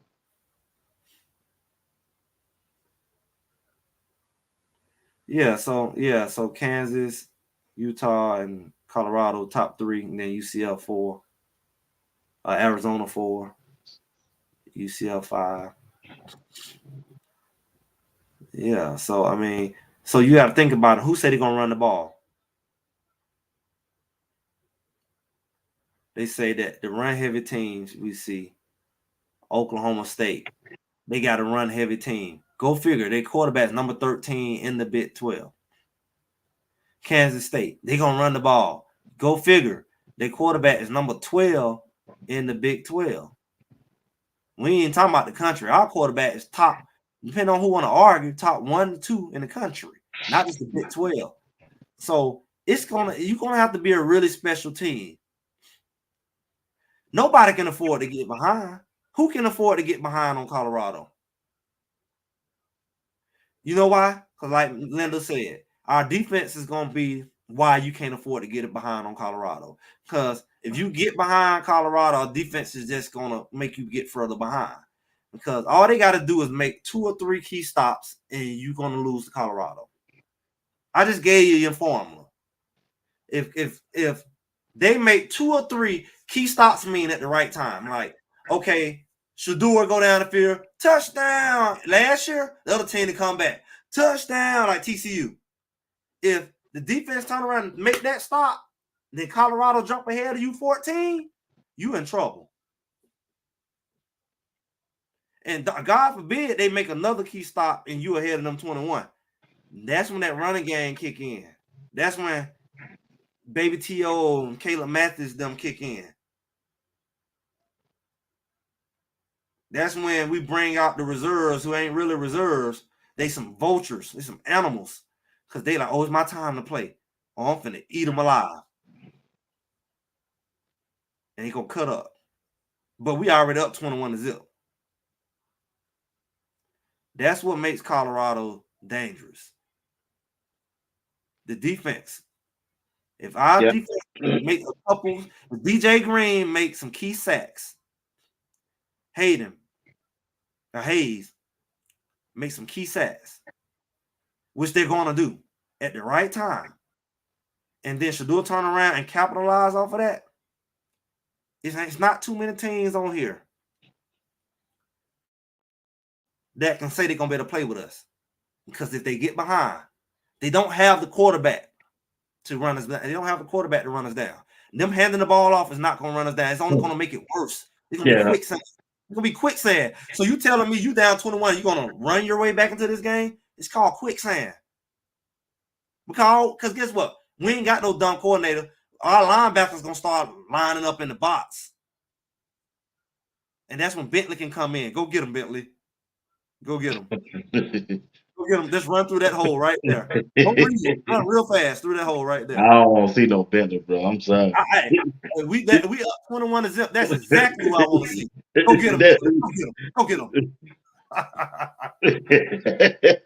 don't even want him to read. Just to see him, like the water boy. You see him with the red jersey? See him right there? Go get him. That's all I want to see. Y'all don't see what I'm saying? Am I too fanned out for y'all today? Y'all see what I'm saying? Too what? Fanned out. Whatever they say, fanned out, whatever they be talking about. Wow. Do y'all see what I'm saying? Do y'all think that our quarterback is capable of scoring based off last year? Okay, if he's capable of scoring fast with a better line, and our defense make a key stop after a fast score. You remember how we played Oregon? And they scored, and then our defense, our offense got out there and went 3 and out, and then Bo Nix came back in there and scored again. That's why we was never in the game. Like Coach Prime said, we wasn't even in the game. We got off the bus, and then we get the ball back, and then they 3 us out, and then they score again. They know they was up 21-0. We also saw that with USC. But those was bust plays, those busted coverages and stuff like that. If they don't have a quarterback, I don't think you're gonna beat Colorado this year. Maybe next year. But as long as Shedeur Sanders is there, if he get ahead of you, that defense ain't gonna let y'all come back. Not gonna happen. Nicole Carter, she left a statement saying, "Can you speak to improvement you'd like to see in the head coaching, clock management, personnel calls? I heard a lot about players upgrade. Would like to hear about coaching." I got 4 words for you, Miss Carter. Sean Lewis, Charles Kelly. Bye-bye. They gone. There you go. That was your offensive coordinator. That means you coordinate. That means you're managing the game. He's gone. He got his little head coach job. Charles Kelly's going to Auburn. So I don't know where else do you get management from other than the defensive coordinator and the offensive coordinators. So that's the best thing the head coach could have did.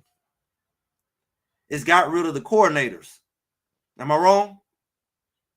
You're right about that, though. That's the best first step he can make, because at the end of the day, you're not the linebackers coach. You're not the special team. You're the offensive coordinator.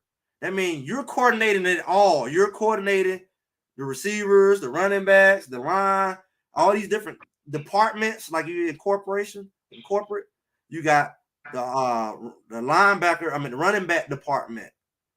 the receiver department, the tight end department, the offensive line department, and you have to coordinate all of that with your plays, personnel. So if he couldn't properly coordinate that and manage that, clock and all of that included, because he's the coordinator, he's calling the plays, he's gone. Same thing on the defensive side. He's gone. We have a brand new coordinator and brand new defensive line coach. Offense, brand new offensive line coach. Brand new receiver coach. The receiver coach is now the tight end coach. So it looks like he's made some changes. Oh, he's definitely a CEO. It looks like he's already made the changes by putting new coordinators in. He just bought one coordinator by the name of Pat Shermer, who has been a head coach at the college and NFL level. I know he's been a head coach at the NFL level a few times. I think he knows how to coordinate. I think he knows how to coordinate. If he's been a head coach at the NFL and a coordinator in the NFL, and he's been a coordinator at the college level. So I think our offensive coordination is going to be a lot better. Do you think? I can say that. I think that the clock management is going to be. I think that the player management is going to be. Our receiver coach has coached at the NFL level and the college level, Mr. Phillips. So I think that the coordination should be better, just off of their experience. Yeah, I think all the way around we got better. We got better. I think Coach Prime has learned some things, and he's more hands on now. And I'm sure that they all gonna be working together, put a game plan together, no matter what team they're gonna meet. So I think Coach Lewis and Coach Sapp is going to do well with those weapons at the defensive line. I think they're going to know how to match them up and keep them fresh because of their experience. I think it's going to be good. mhm. Yeah,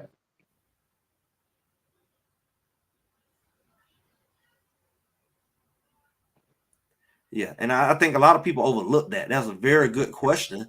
I think it's a very obvious question that we can answer. Like, and I think people overlook it because they're so busy talking about last year, and our coaches from last year are not even here. true. I think most people were kind of worried about the defense coordinator because he ain't never called a play yet before in college football, or being a coordinator. I think that's most people. Most people that I talk to, especially on my job. But what they sound good for people who are repeating that, but I'll have to ask them, what do you Yeah, mean? What does that yeah. mean? Like call or play? Like, what do you mean? So you're telling me if he's a NFL guy, hopefully he has a high IQ of defense. I'm sure he does. What's hard about identifying matchups and identifying weaknesses of a team? You got analysts helping you from the True. NFL. You Yeah. have analysts who's helping you break down all of that. So why is your IQ not high enough when you came? You didn't come from high school. You came down, not up. So how does your IQ not allow you? You know what a coordinator means. They're using these words and playing us like we're dumb. Coordinator means you see an issue and you coordinate the solution. So how does his IQ not allow him to say, okay, we're playing this team. This is the offense that they want. I see this is where the weaknesses are. We can exploit the weakness here on this line. I'm going to coordinate with my defensive coaches, my defensive line, some schemes and strategies that we're going to run. I'm going to coordinate with my DB coach and say, okay, we're going to kind of have these kind of coverages. We're going to disguise our coverage. We're going to make it look like this to throw them all. We're coordinating how we're going to attack. Why are y'all trying to make that sound like rocket science? It's all about scheme. Call the coordinator. It's all about scheming in college, man. All about scheming. Yes. Know the And you team working that with you're other playing and guys. scheme up a defense that can stop. Yeah, but it's like what you got to break that word down, what it means. I'm just the leader of this department. I'm the coordinator for the entire defense, but I have other people up under me. I have, like I said, the linebacker room, the safety room, the cornerbacks room, you True. know, And even on the line, I have a few departments. You know, I have my ends, my edge. Yeah, You got know, Dan. my interior guys.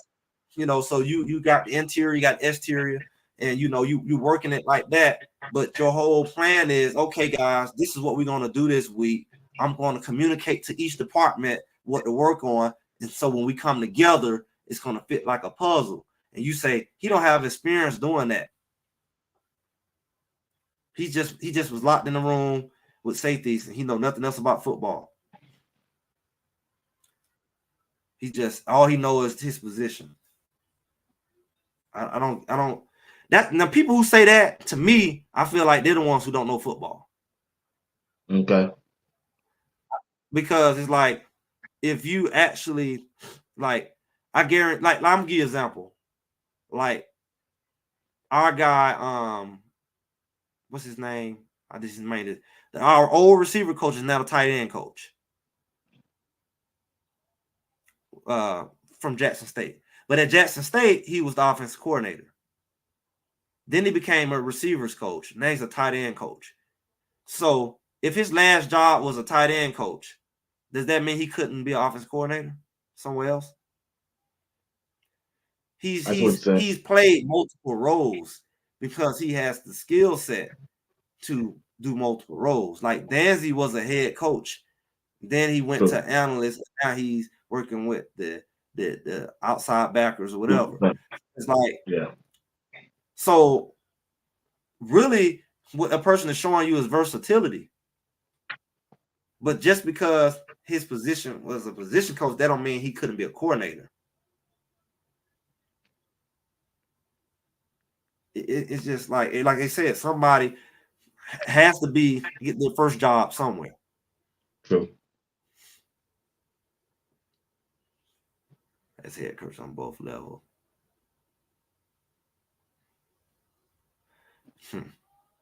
Yeah, it's yeah, I don't get it. I don't get when people say stuff like that. I mean, I don't know either, man. You're They a just football find some holes to punch in. You're a football coach. Before you was a coordinator, you was a position coach. You know, you probably did a few different things. I know Charles Kelly coached cornerbacks, safeties, and all kinds of stuff before he was the coordinator. He's been a coordinator before. And then he went back to a position coach. Guess what he just did? He came to Colorado, was a coordinator. Now he back as a position coach at Auburn. It's like, that's not abnormal. Yeah, exactly. Ron said exactly. Yeah.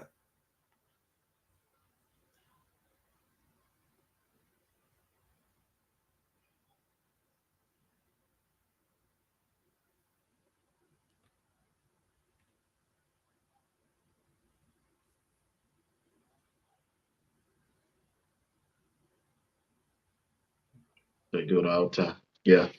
I was just reading the comments. They were catching up on the comments. Yeah, they're on point. They're on point in the chat. Yeah. All right, Greg, get ready to wrap this thing up, man. You got any last word you want to make? No, man, we're just gonna ride this thing on out. Time will tell. Yep, time will tell. Just gotta wait when the season starts. That's what I'm waiting on. I didn't look at. You look at well off today. I don't even know what they put out. Got home and I came right on in. Yeah, I didn't get a chance today. I didn't get a chance. I got to go pack. I got to get ready to pack now because my plane leave at 9. So in the morning. But yeah, I'm gonna see what's going on. I'm gonna check them out before I call it a night. Yes, sir. You enjoy. You have a good one now. Yeah, man. But be back Wednesday. Okay. Going out the country for Father's Day weekend. Me and my old lady. So, but go ahead and tell them about your business and stuff, man, and when they can catch on YouTube Live, bro. Well, I know we probably want to go on a little early on Sunday. Greg said it. Make sure y'all check us out. I see where you came on early last Sunday. I said, man, what you doing, Greg? Doing come on this time? You gonna change your time? We have some stuff to get done. Probably will come on a little early this week, depending on what's going on around 1 o'clock or whatever. I was out and about, so we'll probably come on at about 9:30, 10 o'clock again this week. People trying to do different stuff. So, like I said, make sure y'all like, share, subscribe. We got some stuff coming up live and some videos, some shorts throughout the week. Stay in the loop. Like I say, there's always something. There's always something going on. Okay. Once again, I want to thank everybody for tuning in tonight. Appreciate your activity down there in the chat. And once again, don't forget to go to Greg Center page, hit that like button, subscribe to the channel. If y'all don't mind, check him out Sunday when he go live. He have a good show. And I want to thank our sponsor tonight, Whitaker Building Supply. Like I said, if you need anything for building a home, let's give them a call, 770-775-2086. Ask for Wayne Whitaker. And just let them know whatever you need. They deliver. They show deliver. All right, bro. Tell them to get with me. I'm gonna get with them. Huh? So I need to get with them. The builder. Oh, you want to get with them? Yeah, I'm gonna get with them. All right. Yeah, man, I used to coach his I used to coach him in Little League and middle school. And man, his mom and dad became real good friends. They retired, gave the building to them, gave it to him, man. Man, they've been booming. Yeah, I'm gonna have to get with them. They delivered, man. When I built my first house, I got everything from them. When my grandmama died, I remodeled her house inside and out. This one that I'm staying in, I got everything for them. Everything. Matter of fact, they treated me good, but I didn't have to pay for nothing right up there. They said, Tiff, go get what you want, and you tell us what you want to pay once a month. We're going to deliver it to you. And if you could come across a job you don't know how to do, call up. I send one of my boys out there to help you. That's what it is. Can't beat that, man. Can't beat that. And last week he called me and said, hey, man, I heard about the show, man. I missed it a couple times. People come in this store say they saw my advertisement. I said, okay, we want to go again. I said, all right. I said, all right. I said, that'll work. Ain't nothing like a good builder. Ain't nothing like a good builder. Oh, it's nice, man. Oh boy, they build some nice stuff, boy. Nice, man. They got his own. They got their own crews. They got 3 different crews, really. They got 3 different crews. And he's a young guy. He might be younger than you, Greg. Yeah, I'm gonna get with him. Wayne ain't but about 31 years old. Yeah, they beat home. They'll beat Home Depot price, Lowe's price. You just bring whatever Lowe's charge you or Home Depot charge you, they gonna beat them. That sounds good to me. They gonna beat them, bro. I guarantee you that. But yeah. So we want to give a shout out to Wayne Whitaker and Whitaker Building Supply. He said it won't be the last time. So he waiting on when the season starts. He said, "Can you throw a little Georgia Bulldog in there?" I said, "Let me do a little research on him. We'll do that. We'll do that. We'll do that." But like I say, man, appreciate you, bro. Appreciate everything, and appreciate you for rocking with me on Thursday night, man. Like I said, when the season, Greg, what I'm trying to do is, I don't know too much about this YouTube and internet. You know, I just got in the first of the year, right? Mm-hmm. How can I show the videos of a game while we talking on here? What I have to do? They be copyrighting the mess out of it. I think they, people are kind of doing that more like maybe on Twitch or whatever. But I mean, people run into copyright issues when they try to do it on here. They do? Like live or something like this, yeah. Monetization stuff. No. So I can't show. How can you show a live game like when Colorado go live, a real live game, and we can do it? Can we like that cable cast, like the Payton brothers was doing? How can we go about it? I mean, you can do it, but like I say, you can get copyright issues and all of that, monetization issues and block videos and all that. I think people may be doing like on Twitch or something like that on other platforms. I don't know. Oh, they going on Twitch and do that? Because they gaming on it already, so I don't know. I've been trying to figure it out myself. Oh, okay. I was just trying to figure out. I said, I wonder, can I do that? Show the game with me and you give a breakdown, a game by game, play by play, and everything like that. Yeah, we can keep looking into it. You know. Yeah, I'm gonna have to do my homework. I know I got a partner. He know all about stuff like that, but he be so big, man. You Yeah. know. So I just don't want to talk about the game while it's on. I want to be able to show the video while we looking at it play by play and Yeah, give they it. say you talk about it, but you can't show it on the video. No, okay. Well, how in the heck the Man Brothers be doing it then? Some people be doing it, is be taking that hit. I mean, they ain't getting paid for it. Oh, they're taking their hit. They Yeah, charge. I mean, they won't monetize it. You know, they're like, yeah, you did all that, but we ain't paying you for it because it's a Oh, I copyright issue. don't care about no money. I don't care about that. Yeah, but I don't know if it'll affect the channel as a whole. You know, sometimes it just become an issue. Okay. All right. Well, like I said, I keep asking around. There's some guys up there around here know how to do all that stuff. So I'm trying to figure that out. Yeah. Yeah.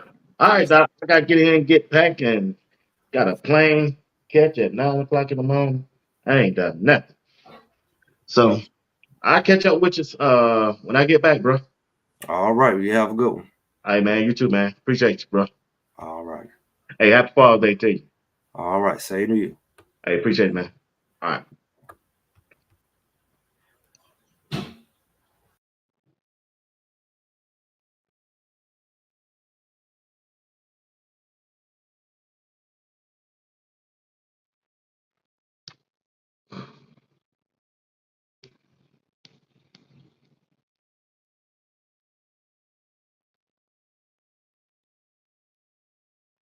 I gotta run that advertising again. I gotta find it bad.